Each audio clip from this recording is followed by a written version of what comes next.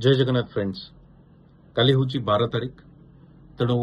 जो मैंने भी प्रिलिम्स दौरान से all the very best and गोटे जिनस मुझे एटी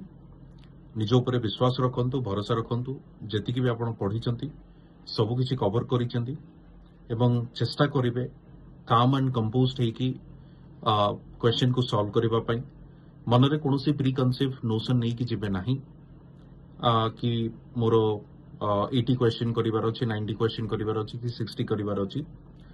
कट ऑफ कोन लास्ट टाइम जाइथिला पेपर को ऑब्जर्व करिवे पेपर को एनालाइज करिवे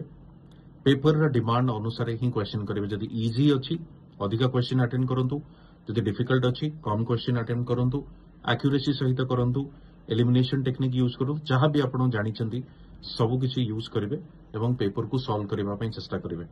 एवं मुझे कहली प्रॉपर एग्जाम हॉल रे टाइमली पूर्वर पहुंचंतु कौन सी पैनिकिंग सिचुएशन को अवॉइड करिकी एंजाइटी को अवॉइड करिकी काम एंड कंपोज ठीक एग्जाम दियंतु देखंतु बहुत बढ़िया हबो प्रिलिम्स भाबी नियंतु आपण ऑलरेडी प्रिलिम्स क्लियर करि सारलेनी यू आपण भलो परफॉर्म करूचंती टेस्ट सीरीज रे तेनु आपण निश्चिंत प्रिलिम्स को क्लियर करिवे ठीक अछि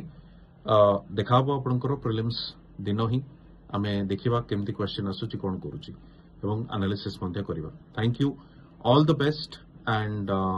बेस्ट ऑफ लक जय जगन्नाथ।